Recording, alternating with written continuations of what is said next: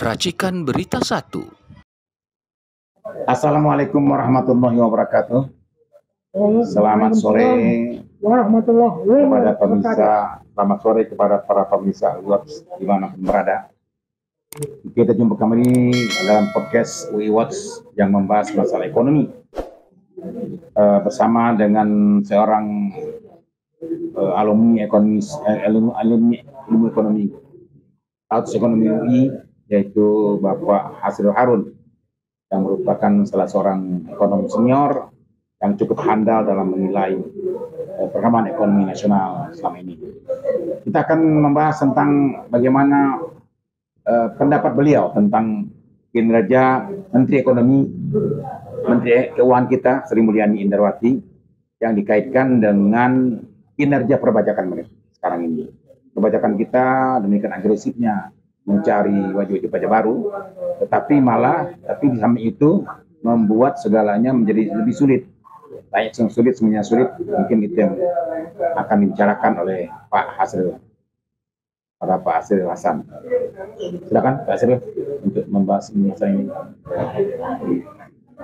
Ya, yang sangat kontroversial adalah pada waktu Orde Baru, di mana Dirjen Pajaknya pada waktu itu adalah Mari Muhammad. Yang kemudian itu pemerintah juga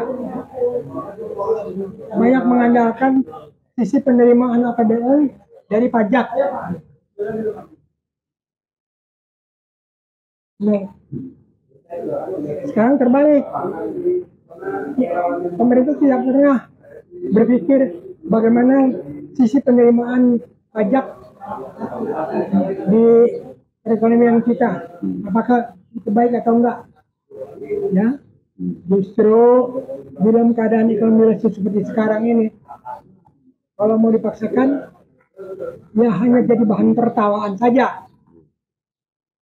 Masa ada dalam keadaan ekonomi lesu, ekonomi tidak tumbuh secara memadai, tapi pajaknya dinaikkan.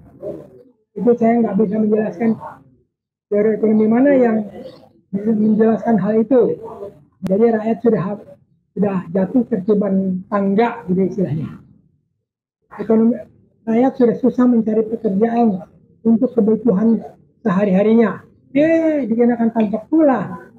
Sangat tidak awal. Mestinya kan pajak itu dilihat situasi ekonominya. Kalau memungkinkan menaikkan pajak, naikkan, tapi ekonomi rakyat tumbuh dulu.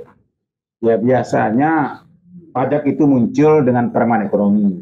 Itu kan ekonomi. Kalau ekonomi itu membaik, maka pajak akan membaik. Yang terjadi pada zaman era sekarang ini, ekonomi tidak membaik, tapi pajak membelenggu masyarakat. Kenapa itu terjadi? Menurut Pak Hasril. Nah, itu yang saya nggak ngerti, makanya saya ingin mengatakan teori ekonomi mana yang dipakai Sri Mulyani dalam membenarkan kebijakannya. Apakah dikarenakan karena penerimaan kita sangat kecil, lalu kemudian hutang banyak, sehingga perlu pemasukan yang apapun dilakukan, termasuk dalam menaikkan pajak itu? Menurut Bapak gimana? Menaikkan penerimaan boleh.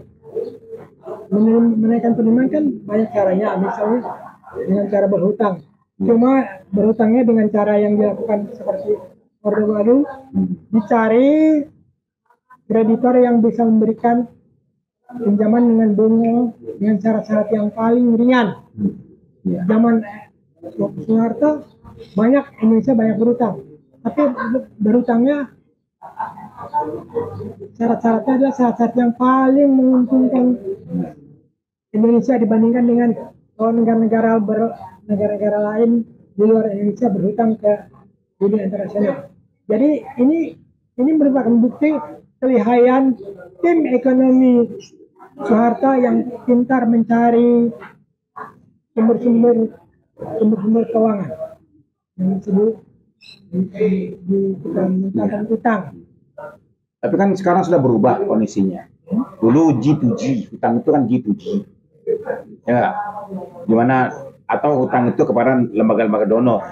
Sekarang hutang sekarang adalah melalui bond, melalui surat baik menjual surat terutang itu, sun namanya. Nah, sun itu kemudian dibeli oleh swasta yang yang ingin bunga tinggi.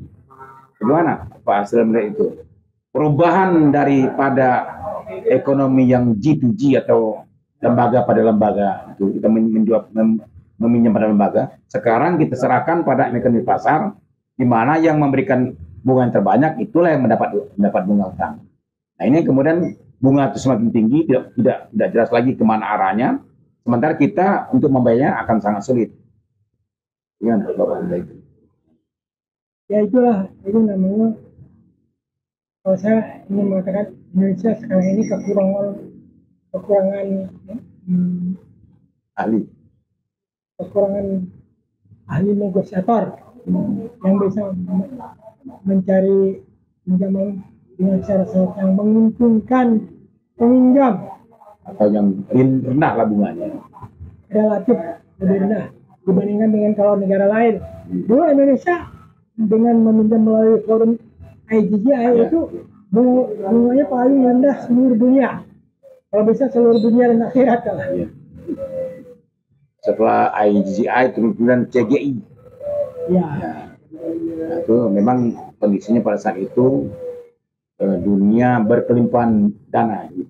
Sementara sekarang ini dana tidak ada.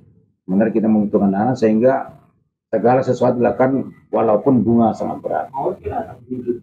Gitu Pak, gimana menurut Pak? Ya, karena bagian yang ingin mengatakan bahwa orang Indonesia ini malas bernegosiasi. Ya. Kalau mau bernegosiasi, insya Allah selalu ada jalan. Ya. Contoh yang paling aktual ada Indonesia sekarang dikasih oleh Allah 7,3 miliar barrel minyak di daerah Aceh. Yeah. Tapi tidak mau minyak itu dijadikan duit dengan mengundang investor asing, dengan bernegosiasi. Nggak mau. Padahal kalau itu jalan yang mudah, daripada berhutang lebih baik itu ditawarkan kepada investor asing. Sudah lama undang-undang penanaman modal tidak direvisi. Undang-undang penanaman modal asing yang pertama nomor 1 tahun 67. Kemudian undang-undang penanaman modal dalam negeri nomor 8 tahun 68. Setelah itu nggak ada revisi. Lalu apa perencanaan jangka pendek sang ini? Kalau kita lihat, apakah harus menggantikan yang ngurus ekonomi Sri Mulyani diganti sehingga ada penyegaran di Kementerian Keuangan, atau kita biarkan saja ini berlarut? Menurut Bapak gimana? Mestinya ya harus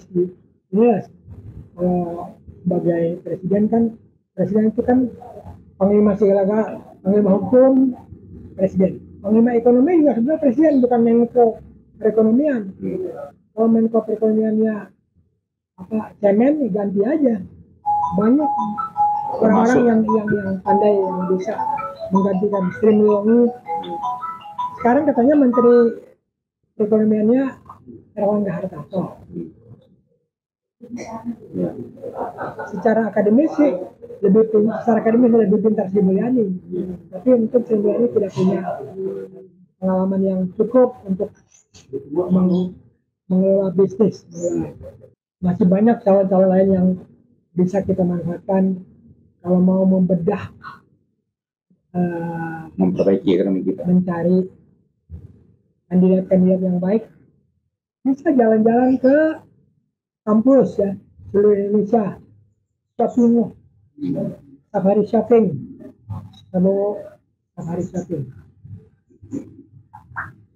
Jadi intinya bahwa kita perlu menggantikan Menteri Keuangan sekarang ini dengan yang baru, kan? Kira-kira perlu mencari alternatif, karena begini, setiap keputusan dalam dunia bisnis dan dunia ekonomi itu selalu disandingkan, dibandingkan dengan alternatifnya. Apakah alternatif lebih baik dari yang sekarang apa enggak? Kalau alternatifnya lebih baik, ya harus diganti alternatif yang sekarang ini ganti. Ya, demikianlah. Terima kasih kepada Pak Cyril Hasan yang telah memberikan pemahaman kepada kita tentang ekonomi nasional yang sekarang sangat berat ini. dan memberikan, dan resepnya adalah memberikan pergantian bagi tim keuangan dan ekonomi kita. Semoga bermanfaat. Terima kasih Pak Sri. Sama-sama. Assalamualaikum. Waalaikumsalam warahmatullahi wabarakatuh.